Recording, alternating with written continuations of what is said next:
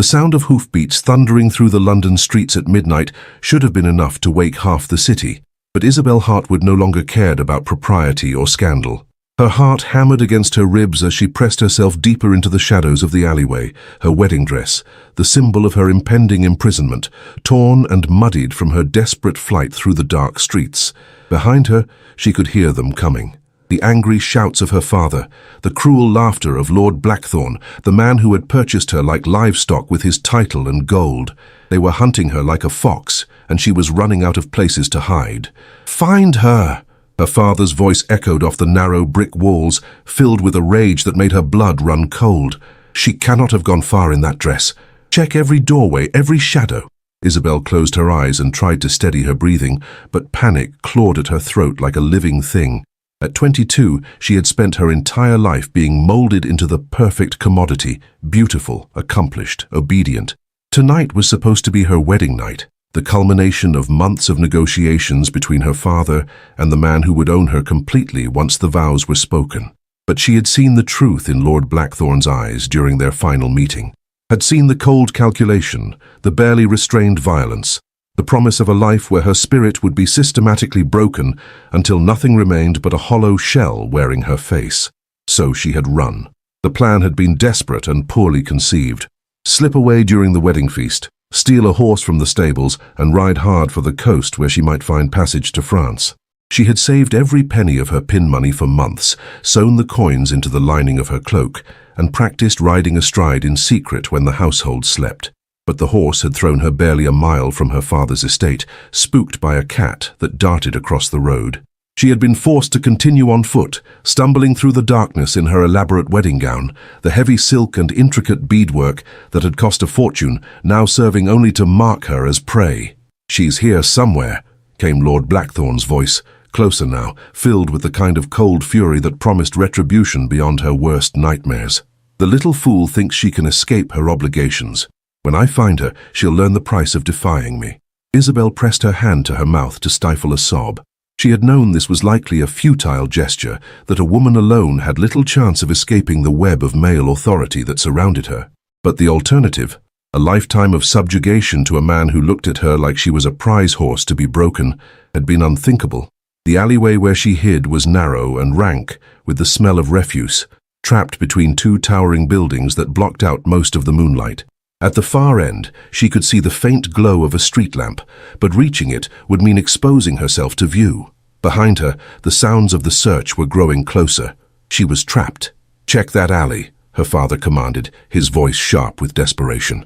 Sir Edmund Hartwood was a man who had built his fortune on careful calculations and strategic marriages. His daughter's rebellion threatened not only his financial arrangements with Lord Blackthorne, but his reputation as a man who could control his own household. Footsteps echoed off the cobblestones, growing louder with each passing second.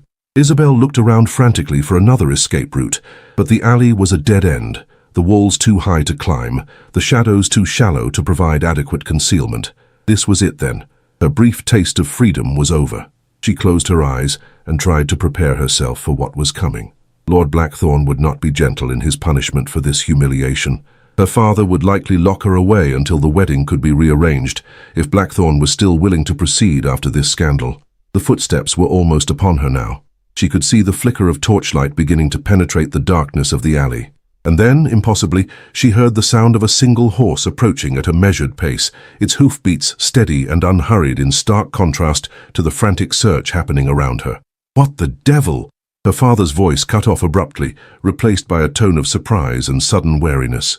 Isabel pressed herself further into the shadows and peered toward the mouth of the alley. A lone rider had appeared, mounted on a magnificent black stallion that seemed to absorb the moonlight rather than reflect it. The man himself was little more than a silhouette, tall and broad-shouldered, his face hidden beneath the brim of a dark hat. "Your Grace," her father's voice had changed completely, taking on the obsequious tone he used with his social superiors. "I had no idea you were in London. We are conducting a small family matter."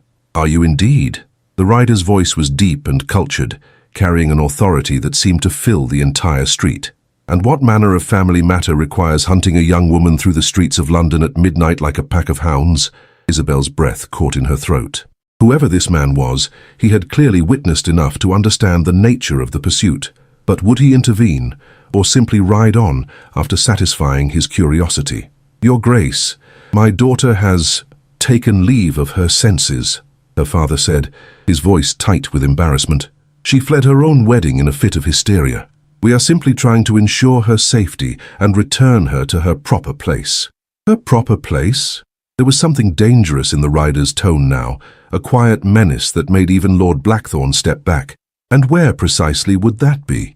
"With her husband, naturally," Lord Blackthorne interjected, his own voice carrying the arrogance of a man accustomed to getting his way. "I am Lord Blackthorne, and the girl is my lawfully betrothed bride. This is a private family matter, Your Grace, and I must ask you not to interfere." The rider was silent for a long moment, and Isabel could feel the tension in the air growing thick as fog. When he finally spoke, his voice was soft but carried the weight of absolute authority. "Lord Blackthorne, yes, I know of you. Your reputation precedes you, and it is not a pleasant one. I beg your pardon. Tell me, Blackthorne, how many wives have you buried? 3? 4? I confess I lose count." The words fell like stones into a still pond, sending ripples of shock through the assembled men. Isabel's eyes widened as she realized the implication. Lord Blackthorne was not merely cruel, but potentially deadly. "How dare you?" Blackthorne began, his voice rising with outrage. "I dare because I am Rowan Ashcombe, Duke of Ravensmoor, and I have seen enough of your handiwork to know that any woman who flees your embrace shows remarkable good sense." The name hit Isabel like a physical blow. The Duke of Ravensmoor was a legend, a man who had inherited his title at 16 and spent the subsequent years building a reputation for both ruthless efficiency and unwavering honor. He was said to be one of the most powerful men in England, answerable to no one save the crown itself. "Your Grace," her father's voice was now openly pleading, "surely you understand that a father has the right to control his daughter's marriage. The contracts have been signed, the arrangements made. And the bride? Was she consulted in these arrangements?" The question hung in the air, unanswered and damning. Isabel felt tears prick at her eyes as she realized that this stranger, this duke she had never met, understood something that her own father had refused to acknowledge, that she was a person with her own will, not merely property to be transferred. "The girl is hysterical," Blackthorne said dismissively. "Women often suffer from nerves before their wedding. Once she is properly settled, she will come to appreciate the security and protection I offer." "Security and protection?" The Duke's voice was now openly mocking.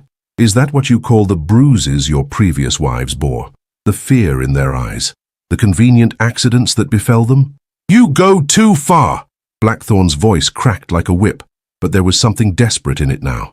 "I will not stand here and be insulted by—" "You will stand exactly where you are," the Duke said quietly, "and you will listen very carefully to what I'm about to tell you." He urged his horse forward a few steps, and even from her hiding place, Isabel could feel the power radiating from him like heat from a forge. "The young lady you are hunting has clearly expressed her unwillingness to proceed with this marriage. In my experience, when a woman is desperate enough to flee into the night, rather than speak her vows, she has excellent reasons for doing so." "Your Grace, with respect, this is not your concern," her father began. "It became my concern the moment I witnessed a pack of men hunting a terrified woman through the streets like an animal." The Duke's voice cut through the night air like a blade. "Now, I suggest you gentlemen return to your homes and consider whether forcing an unwilling woman into marriage is truly the legacy you wish to leave. And if we refuse—" Blackthorne's voice was filled with barely controlled rage. The Duke was silent for a moment, and when he spoke, his words carried the weight of absolute certainty. "Then you will discover that my influence extends far beyond what you might imagine, and my memory for those who displease me is remarkably long." The threat was delivered so quietly, so matter-of-factly, that it was more terrifying than any shouted challenge could have been. Isabel watched as the men shifted uncomfortably, clearly recognizing that they had encountered a force far beyond their ability to control or intimidate. "This is not over," Blackthorne said finally, his voice thick with frustrated fury. "The girl belongs to me by right of contract and law. I will not be denied what is mine." "The girl belongs to herself," the Duke replied with finality. "And I suggest you remember that before you make any further attempts to claim her." Isabel heard the sound of footsteps retreating, accompanied by her father's urgent whispers and Blackthorn's muttered curses. But she remained frozen in the shadows, hardly daring to believe that her pursuers had actually given up the chase. The Duke remained motionless on his horse for several long minutes after the other men had disappeared, as if ensuring they were truly gone. Then, to Isabel's amazement, he turned his attention directly to her hiding place.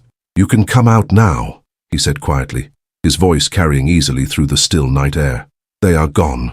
Isabel pressed herself further into the shadows, her heart hammering against her ribs. How had he known where she was? And more importantly, what did he intend to do with her now that he had driven off her pursuers? "I know you are there," the Duke continued, his tone patient but firm. "And I know you are frightened, but I give you my word that I mean you no harm." Still, Isabel hesitated. She had learned the hard way that a man's word was often worth less than the breath used to speak it. But what choice did she have? She could hardly remain hidden in this alley forever, and if the Duke had wanted to harm her, he could have simply revealed her location to her pursuers. Slowly, carefully, she stepped out of the shadows and into the pale moonlight. She was acutely aware of how she must look, her elaborate wedding dress torn and muddied, her carefully arranged hair falling in tangled waves around her shoulders, her face streaked with tears and dirt. The Duke studied her for a long moment, and she found herself looking up into a face that was both aristocratic and surprisingly kind. He appeared to be in his early 30s, with dark hair and eyes that seemed to hold depths of experience and understanding. There was strength in his features, but also a gentleness that made something tight in her chest begin to loosen. "Miss Hartwood, I presume," he said, inclining his head in a gesture of respect that no one had shown her in months. "Your Grace," she managed, attempting a curtsy despite the ruined state of her dress. I don't know how to thank you for what you just did. No thanks are necessary. Any decent man would have done the same." He paused, studying her face in the moonlight. "Though I suspect you have encountered precious few decent men of late." Isabel felt tears prick at her eyes again at his unexpected understanding. "Your Grace, I know how this must look. A woman fleeing her own wedding, causing scandal and embarrassment to her family, but I could not go through with it. Because you knew what manner of man Lord Blackthorn truly is?" She nodded, not trusting her voice to remain steady. "Then you showed remarkable wisdom in fleeing. But tell me, what is your plan now? Where will you go?" The question hung in the air between them, highlighting the desperate nature of her situation. Isabel looked down at her hands, which were shaking despite her efforts to control them. I had hoped to reach the coast, to find passage to France, perhaps. I have some money saved, and I thought—" Her voice trailed off as she realized how foolish her plan sounded when spoken aloud. A young woman traveling alone, with no protection and no connections. "Miss Hartwood, I fear you would not make it 10 miles before falling prey to those who would see you as easy quarry." The words were harsh but true, and Isabel felt the last of her hope crumble away. She had known her plan was desperate, but hearing it dismissed so matter-of-factly made her realize just how truly trapped she was. "Then what am I to do?" she whispered, her voice breaking. "I cannot return home. My father will simply arrange another marriage, perhaps to someone even worse than Lord Blackthorn. And I have nowhere else to go. No one who would take me in without demanding explanations I cannot give." The Duke was silent for a long moment, and Isabel could feel him weighing her words, considering her situation with the same careful attention he might give to a complex political problem. Finally, he spoke, and his words would change the course of her life forever. "Mount the horse." Isabel looked up at him in confusion. "I beg your pardon?" "Mount the horse," he repeated, extending his hand toward her. "I am offering you a choice, Miss Hartwood.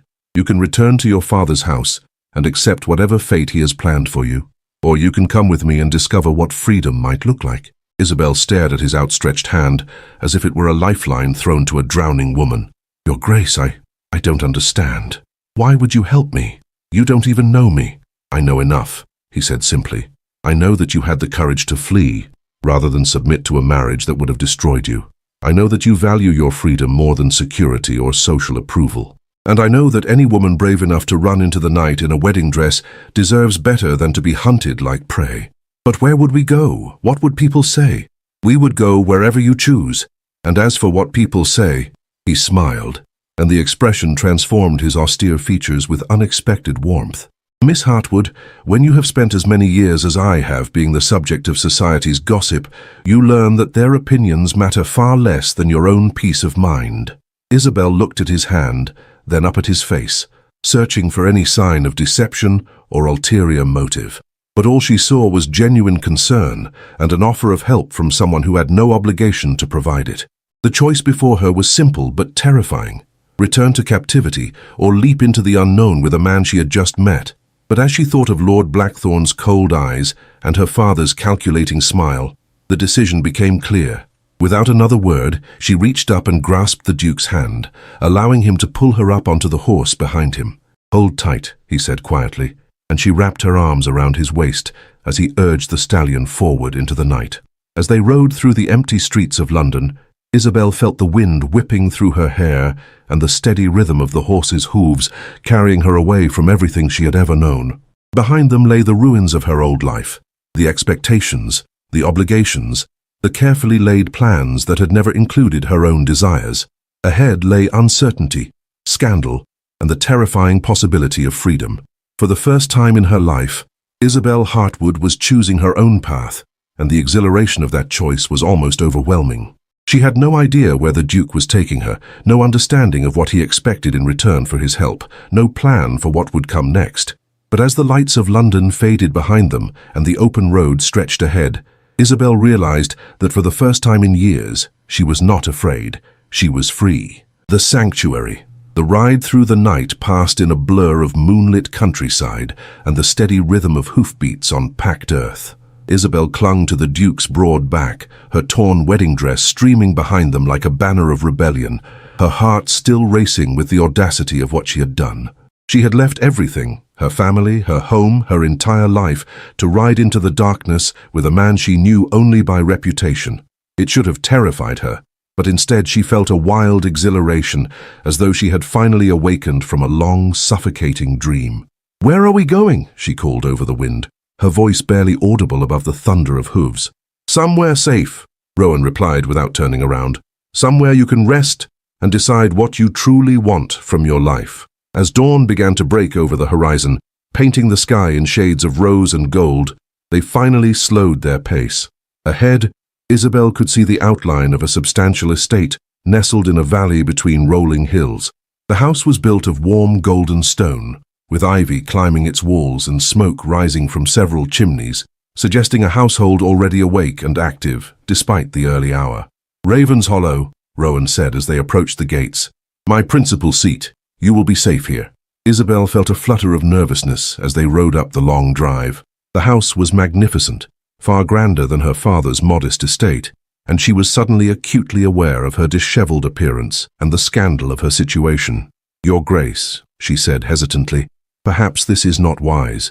Your reputation will suffer if it becomes known that you have brought an unmarried woman to your home."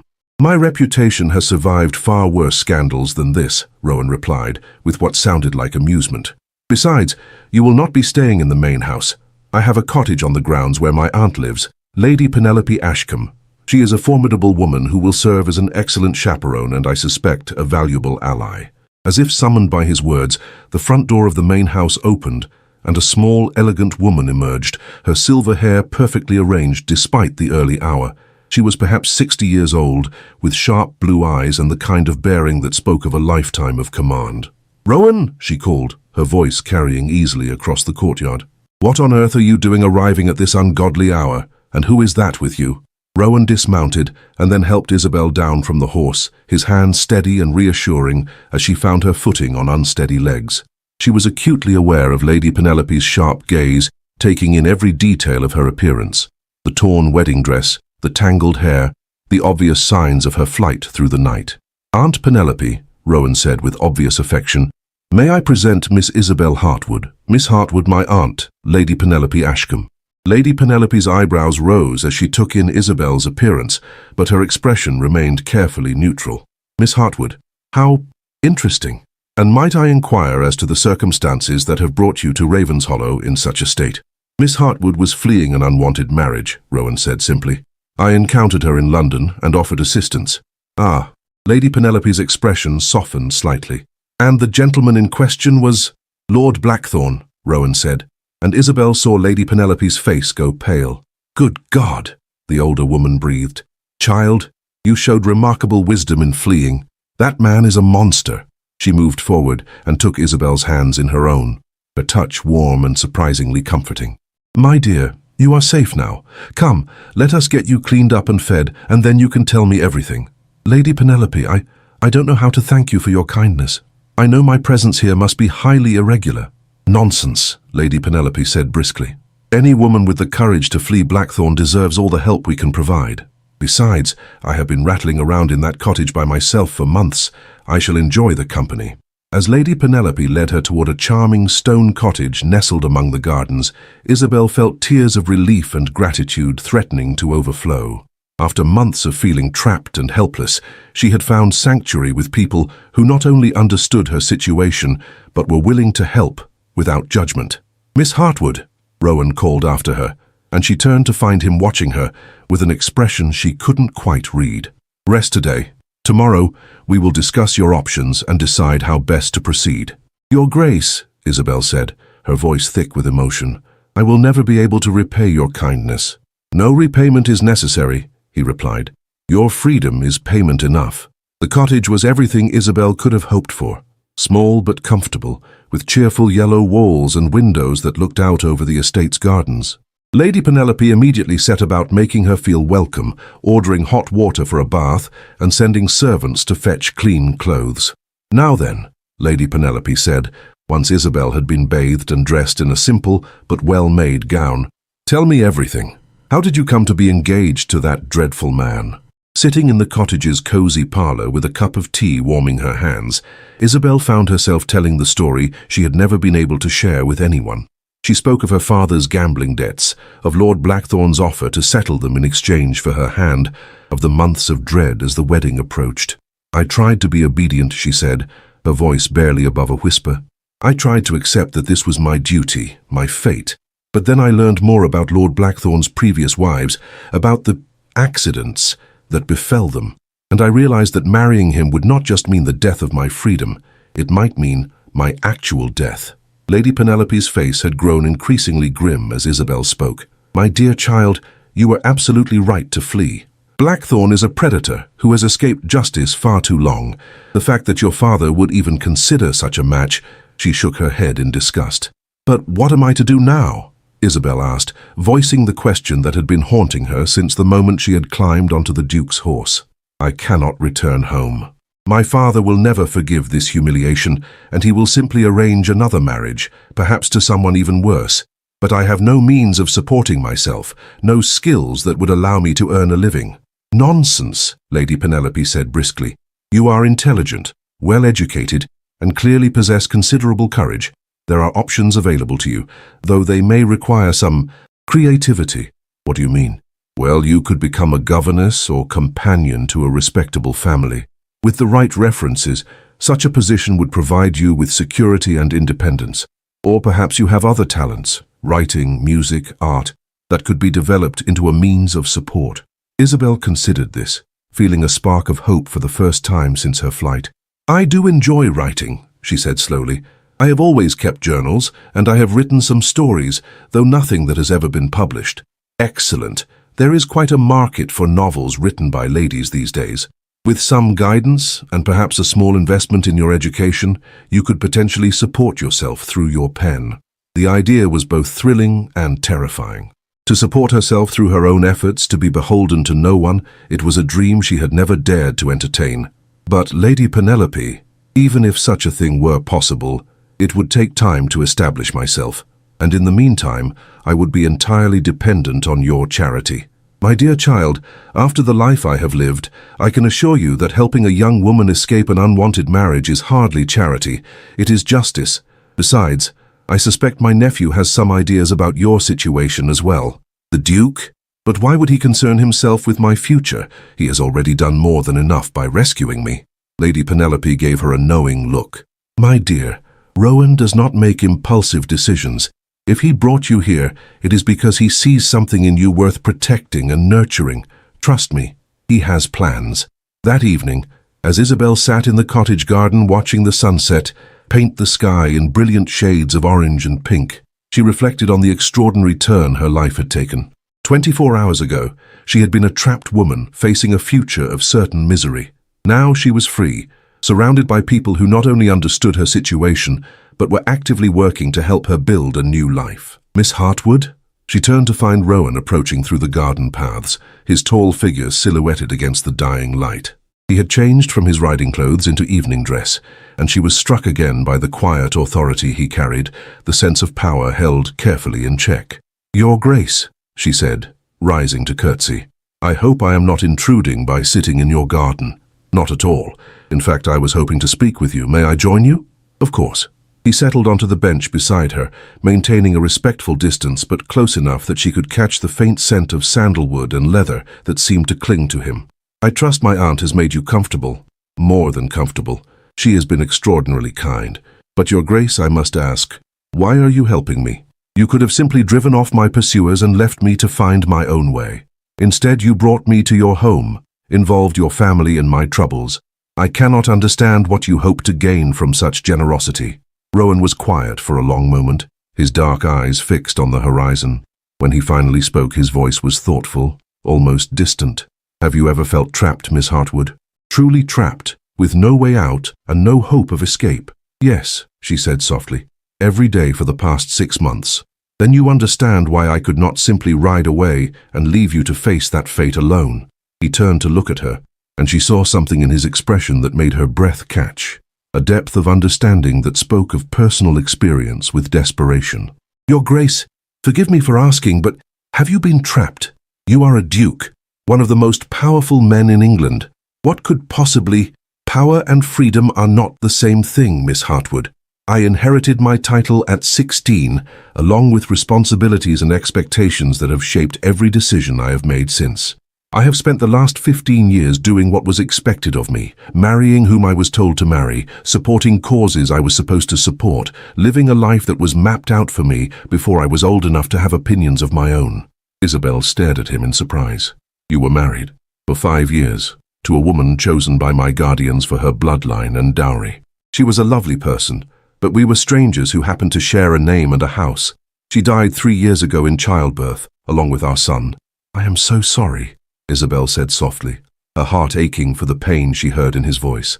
"Thank you. But my point is this. When I saw you fleeing into the night rather than submit to a marriage that would destroy you, I saw courage I had never possessed. You chose freedom over security, uncertainty over a comfortable prison. That kind of bravery deserves to be rewarded, not punished." They sat in comfortable silence for a while, watching the first stars appear in the darkening sky. Finally, Rowan spoke again. "Miss Hartwood, I have a proposition for you, but before I make it, I want you to know that you are under no obligation to accept. You are free to choose your own path, whatever that might be." "What kind of proposition?" "A marriage of convenience. A partnership that would give you the protection of my name and title while allowing you the freedom to pursue your own interests and ambitions."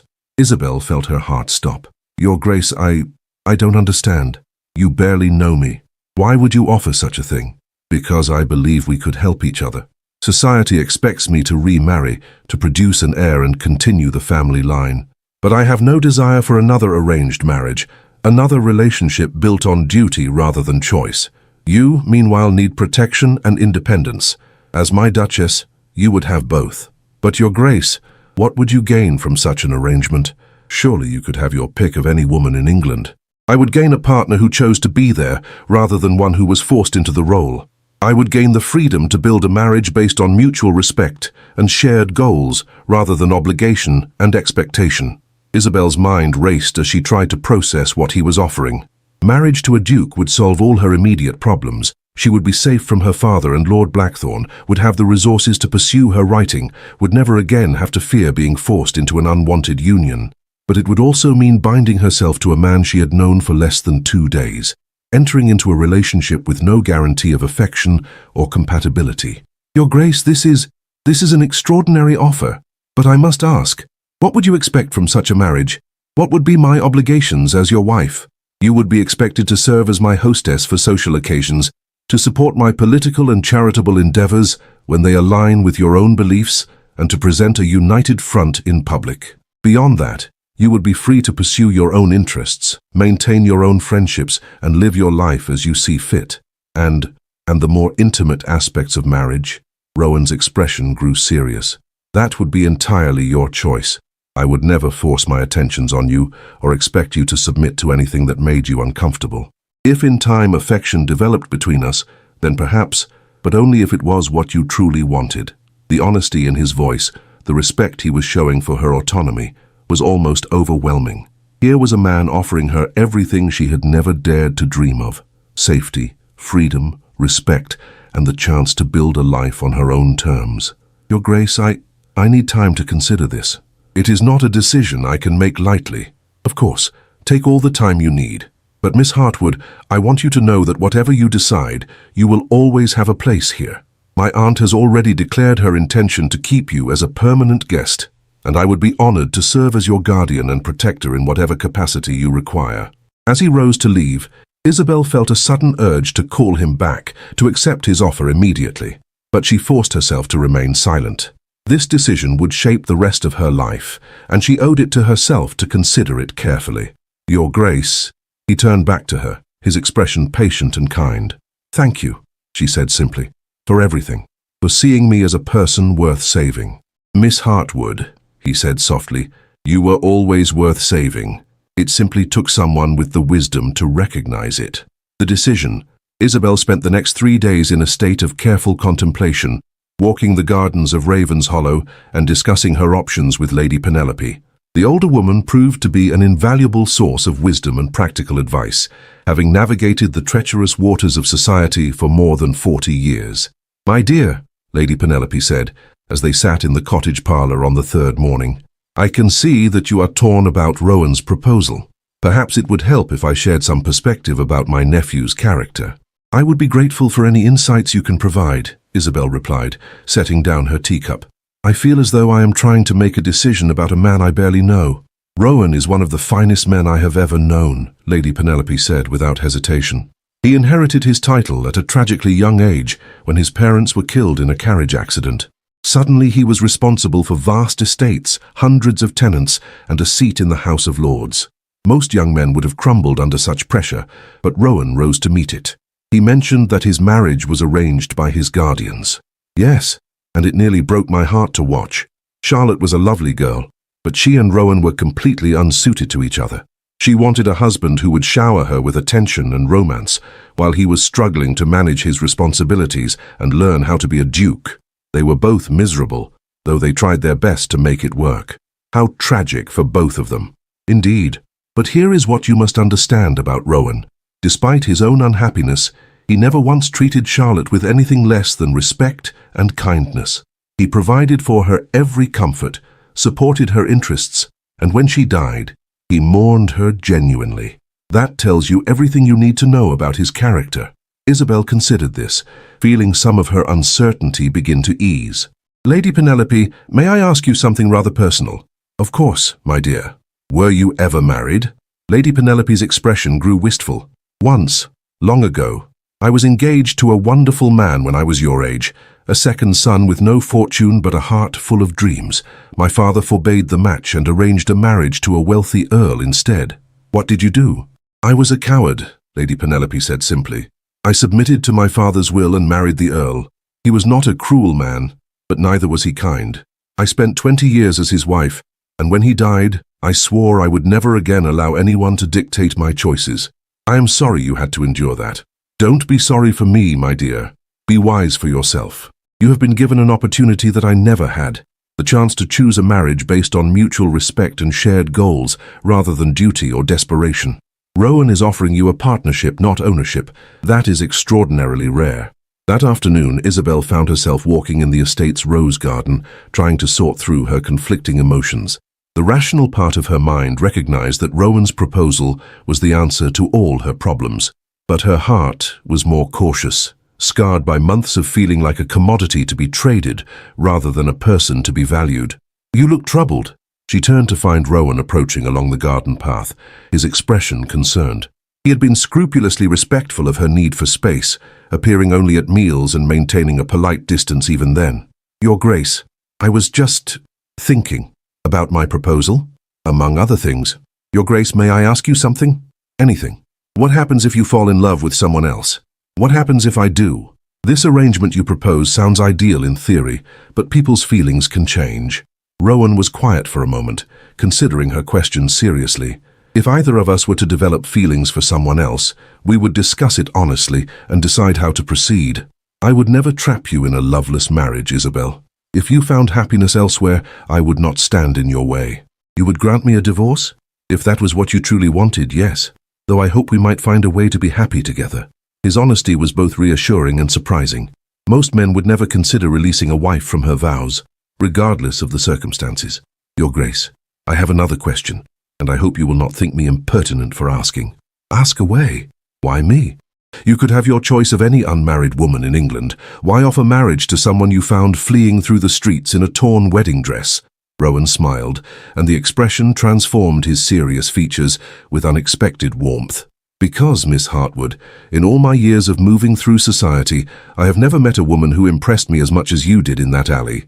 Your courage, your determination to choose freedom over security, these are qualities I admire above all others. But you barely know me. What if I prove to be selfish or shallow or— Isabel, he said gently, using her given name for the first time. A person's character is revealed in moments of crisis. When faced with an impossible choice, you chose to risk everything rather than submit to something that would have destroyed your spirit. That tells me everything I need to know about who you are. Isabel felt tears prick at her eyes at his words. For months, she had been told that her reluctance to marry Lord Blackthorne was evidence of her selfishness and ingratitude. To hear someone recognize her flight as an act of courage rather than cowardice was almost overwhelming. Rowan, she said softly, testing the sound of his name on her lips. If I were to accept your proposal, what would our life together look like? I know you have outlined the practical arrangements, but what about the day-to-day reality? We would be partners in the truest sense. You would have your own apartments, your own schedule, your own interests. When we appeared together in public, we would present a united front, but in private, you would be free to live as you choose. I hope we might become friends, perhaps even more than friends in time, but there would be no pressure, no expectations beyond mutual respect and consideration. And children, only if and when you wanted them. I have already lost one child, Isabel. I would never risk putting you through something you were not ready for. The pain in his voice when he spoke of his lost son made her heart ache for him. Here was a man who had suffered his own losses, his own disappointments, yet was still willing to offer her the very thing she had been denied: choice. Rowan, I think I would like to accept your proposal, but I have one condition. His eyebrows rose in surprise. Name it. I want a proper courtship, not a long one, but I want us to spend time together, to learn about each other, to see if we might actually suit. I don't want to marry a stranger, even one as kind as you have been. Rowan's smile was brilliant. Miss Hartwood, I can think of nothing I would enjoy more than courting you properly. Shall we say a month? That should give us time to know each other while not prolonging your uncertain situation indefinitely. A month sounds perfect. Then it is settled. We shall announce our engagement immediately. That will protect you from any further attempts by your father or Lord Blackthorne to reclaim you. And in 4 weeks' time, if we both still feel this is the right decision, we shall be married. As they walked back toward the house together, Isabel felt a sense of peace she had not experienced in months. She was still taking an enormous risk, still binding her future to a man she barely knew. But for the first time in her life, she was making a choice based on hope rather than fear. Rowan, yes? Thank you for giving me a choice. I know it may seem like a small thing to you, but it means everything to me.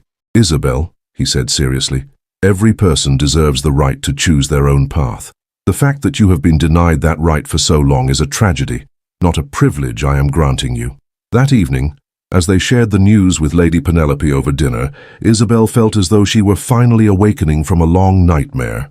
The older woman was delighted by the announcement, immediately beginning to plan the wedding and discussing the social implications of their union. This will cause quite a stir in London, Lady Penelope said with obvious satisfaction. The Duke of Ravensmoor marrying a woman who fled her own wedding will be the talk of every drawing room in England. Will that be a problem? Isabel asked, suddenly worried about the scandal their marriage might cause. My dear child, Lady Penelope laughed. When you are a duchess, society will adjust their opinions to accommodate you, not the other way around. Besides, once they learn the truth about Lord Blackthorne, you will be seen as a heroine rather than a scandal. What do you mean? Rowan has been quietly investigating Blackthorne's past for years, Lady Penelope explained. He has evidence that the man has been systematically murdering his wives for their dowries. Your flight may have saved not only your own life, but potentially the lives of other women who might have fallen into his trap. Isabel felt a chill run down her spine at this confirmation of her worst fears. He was truly planning to kill me? Almost certainly, Rowan said grimly. Your father's debts were substantial, and your dowry would have cleared them nicely. Once Blackthorne had access to your inheritance, you would have become a liability rather than an asset. My God, Isabel whispered, her hand trembling as she set down her wineglass. My own father was willing to sell me to a murderer. Your father is a weak man who prioritized his own comfort over your safety, Rowan said, his voice hard with anger. But you are safe now, and I give you my word that no one will ever again have the power to treat you as property to be traded. As the evening drew to a close and they prepared to retire to their respective quarters, Rowan took Isabel's hand in his and pressed a gentle kiss to her knuckles. Tomorrow we begin our courtship properly, he said softly. I intend to show you that marriage can be a partnership of equals, built on respect and genuine affection. I look forward to it, Isabel replied, surprised by how much she meant it. As she prepared for bed that night, Isabel reflected on the extraordinary turn her life had taken. A week ago, she had been a trapped woman with no hope of escape. Now she was engaged to one of the most powerful men in England, a man who had offered her not just protection, but genuine partnership and respect. The future was still uncertain, but for the first time in months, uncertainty felt like possibility rather than threat. The courtship. The next morning brought the first day of what would prove to be the most unconventional courtship in recent memory. Rowan appeared at the cottage just after breakfast, dressed for riding and leading a gentle mare saddled for a lady. I thought we might explore the estate together, he said, when Isabel emerged from the cottage. If you are comfortable riding, that is. I love to ride, Isabel said, her eyes lighting up at the prospect. Though I confess I have not had much opportunity lately. Then we shall remedy that immediately. As they rode through the rolling countryside surrounding Ravenshollow, Rowan proved to be an excellent companion, knowledgeable about the land and its history, attentive to her comfort, and genuinely interested in her thoughts and opinions. Tell me about your writing, he said, as they paused to rest the horses beside a babbling brook. What sort of stories do you enjoy creating? Oh, nothing very sophisticated, Isabel said, suddenly self-conscious. Just stories about people finding their way to happiness despite difficult circumstances. I suppose they are rather silly, really. Not silly at all, Rowan said firmly. The world has quite enough tragedy and despair. Stories that offer hope and the possibility of happiness serve a vital purpose. I would very much like to read some of your work, if you would be willing to share it. You would truly want to read my stories? Very much. And if they are as good as I suspect they are, I would like to help you find a publisher. There is no reason why your talent should not be shared with the world. The idea that someone might actually value her writing enough to help her publish it was almost overwhelming. Isabel had always written for her own pleasure, never daring to imagine that her stories might have value to others. Rowan, may I ask you something about your own interests? I know you have responsibilities as a duke, but what do you do for pleasure? I read voraciously, history, philosophy, poetry. I enjoy architecture and have been involved in designing several buildings on my various estates, and I have a passion for astronomy that my friends find rather eccentric. Astronomy?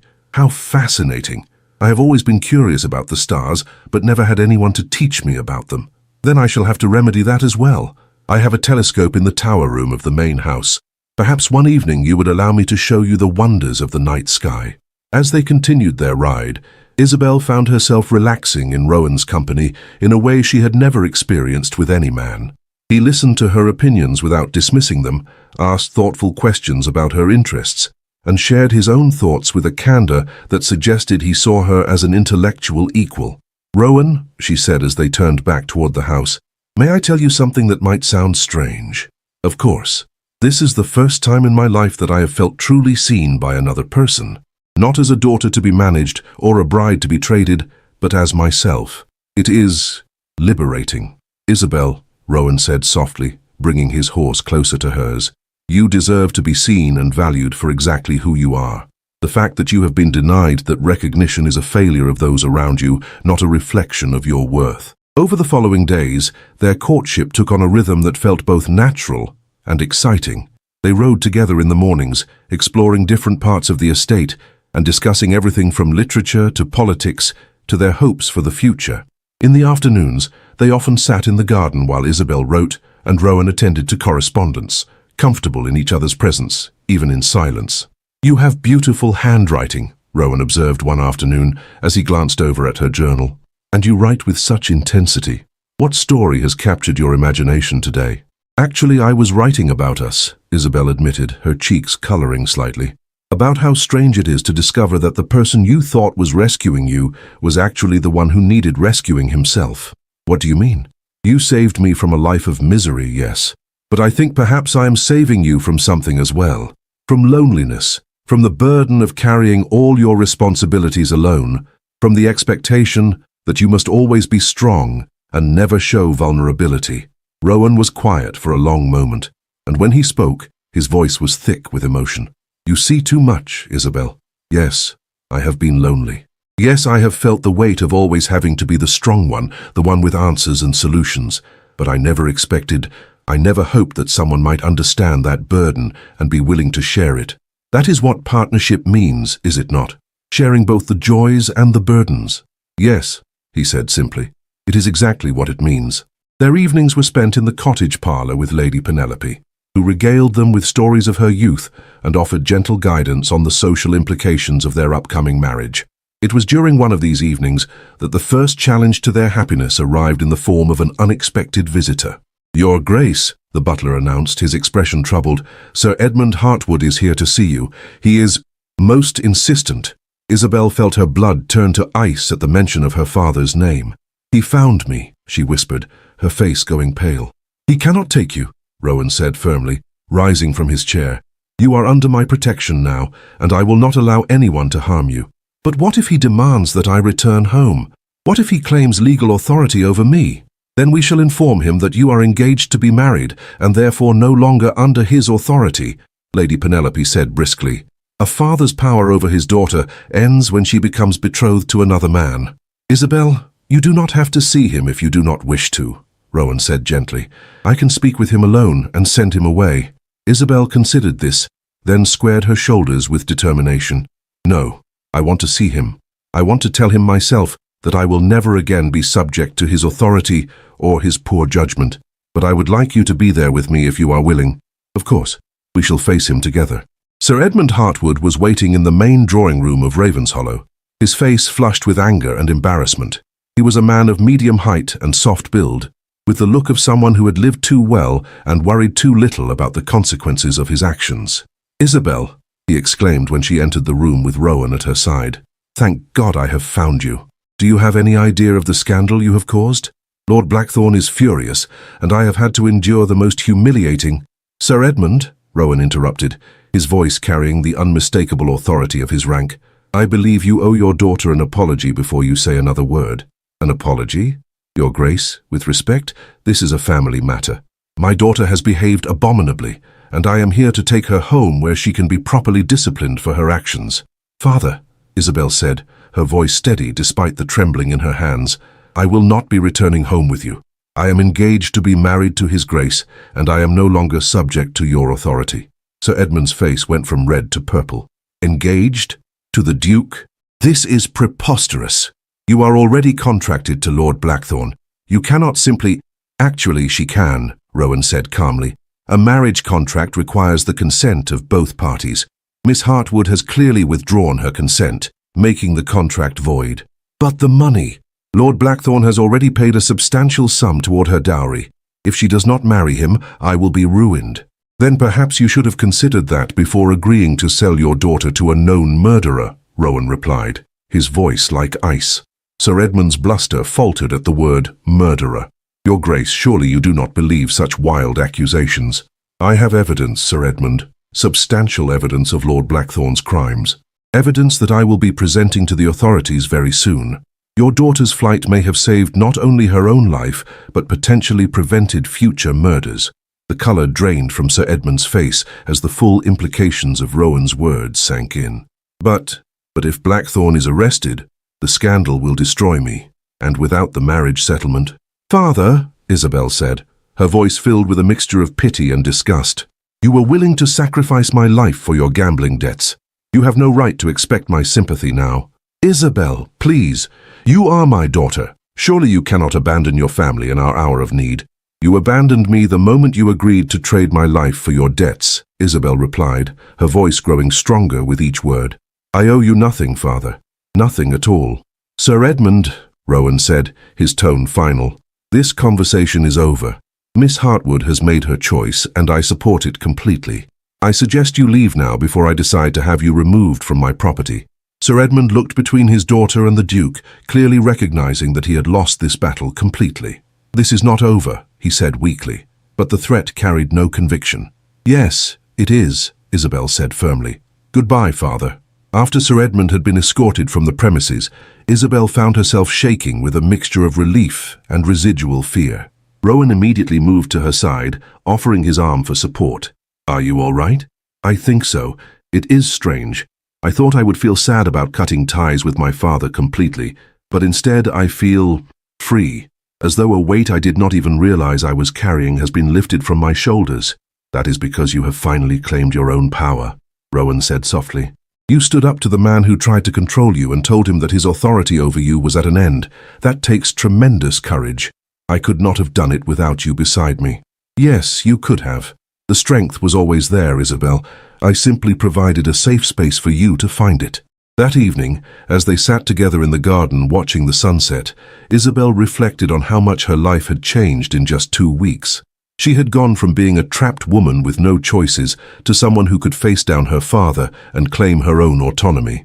"Rowan," she said softly, "I want you to know that even if we had never met, even if you had never offered me marriage, today would still have been worth celebrating.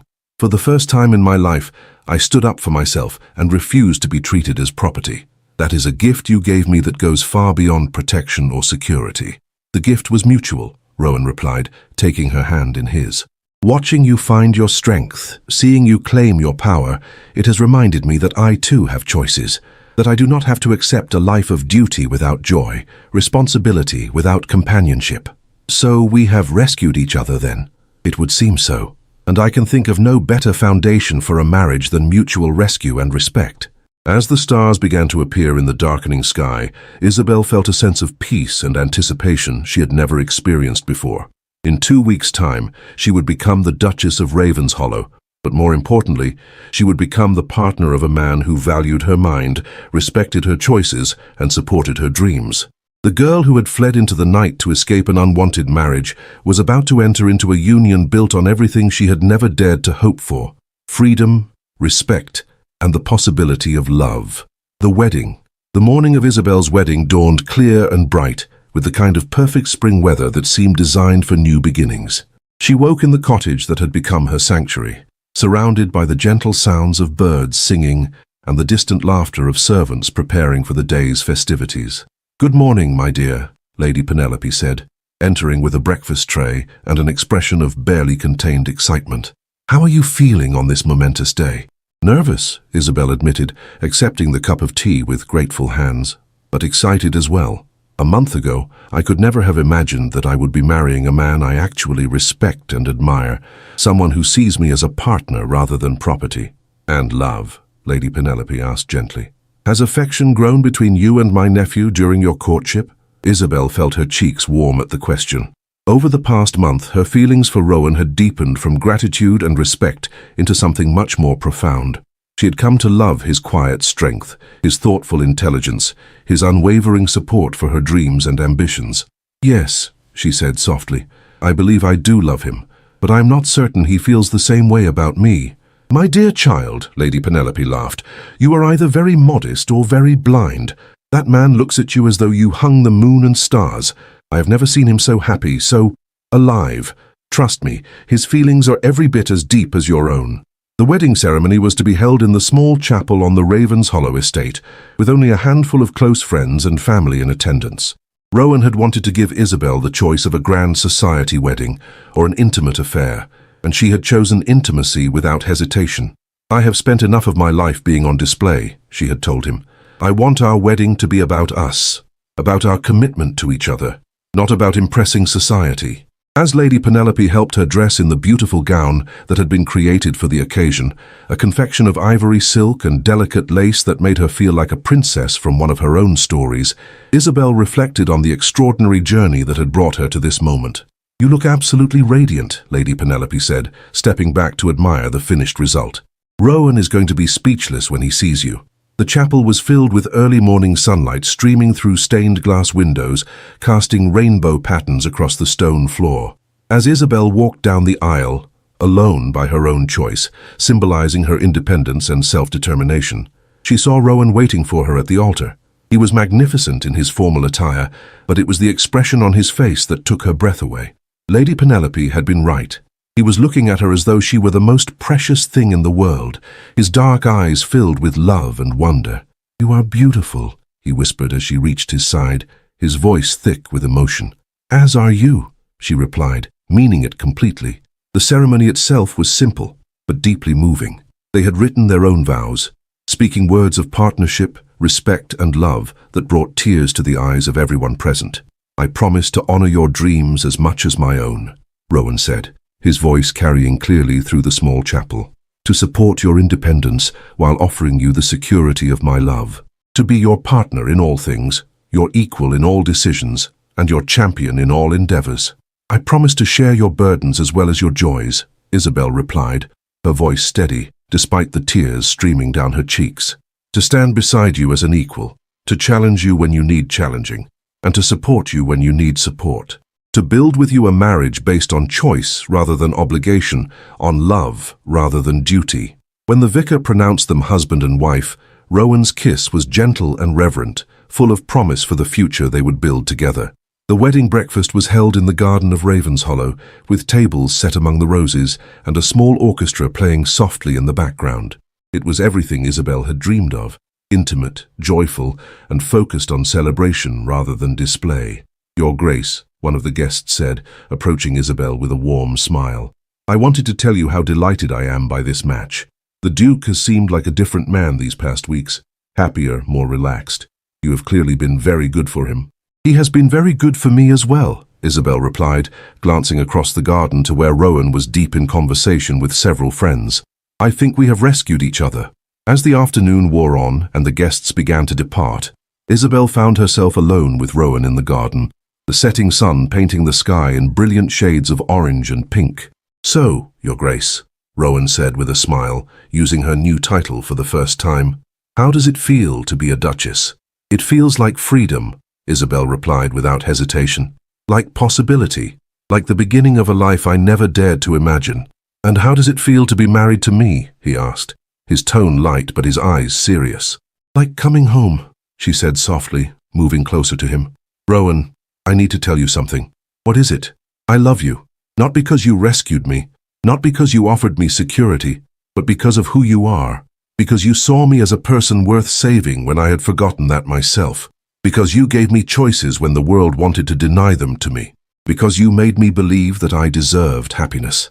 Rowan's response was to pull her into his arms and kiss her with a passion that left no doubt about his own feelings. "I love you too, Isabel," he said against her lips. "More than I ever thought possible. You have brought light into my life, hope into my future, and joy into my heart. I promise to spend the rest of my life proving worthy of the gift you have given me." As they stood together in the garden of their new home, surrounded by the roses and the gathering twilight, Isabel reflected on the extraordinary journey that had brought them to this moment. Just 2 months ago, she had been a desperate woman fleeing through the dark streets of London, certain that her life was over before it had truly begun. Now she was the Duchess of Ravenshollow, married to a man who loved and respected her, with a future full of possibilities she had never dared to imagine. She would pursue her writing with Rowan's full support, perhaps even see her stories published. She would use her new position to help other women who found themselves trapped as she had been. Most importantly, she would build a marriage based on partnership and mutual respect. "What are you thinking about?" Rowan asked, following her gaze toward the horizon where the first stars were beginning to appear. "About how sometimes the most desperate moments can lead to the most beautiful beginnings," Isabel replied, leaning into his embrace, about how 2 words, mount the horse, changed everything. Those were the easiest words I have ever spoken, Rowan said, his voice warm with love. Because from the moment I saw you in that alley, I knew you were worth saving. I just never imagined that in saving you, you would save me as well. As they walked hand in hand toward their new life together, Isabel knew that she had found something rarer than any fairy tale, a love built on choice rather than circumstance, on respect rather than obligation, on the recognition that 2 people could be stronger together than either could ever be alone. The woman who had fled a forced marriage had found her way to a union that would free them both to become the best versions of themselves. And in the years to come, their love story would be remembered not just as a romance, but as proof that courage, even in the darkest moments, could lead to the most extraordinary transformations. The girl who had mounted the horse in desperation had become a duchess through love, and her greatest adventure was just beginning. Did Isabel's daring escape and unexpected love story capture your heart? If this tale of courage, choice, and a duke who offered freedom instead of control moved you, please like this story and subscribe for more captivating historical romances. Share this with someone who believes that true love respects independence and empowers dreams. Which moment touched you most? The midnight rescue, the marriage proposal, or their wedding vows of partnership? Let us know in the comments below. Don't forget to hit the notification bell so you never miss our latest romantic adventures where love conquers fear and transforms lives forever.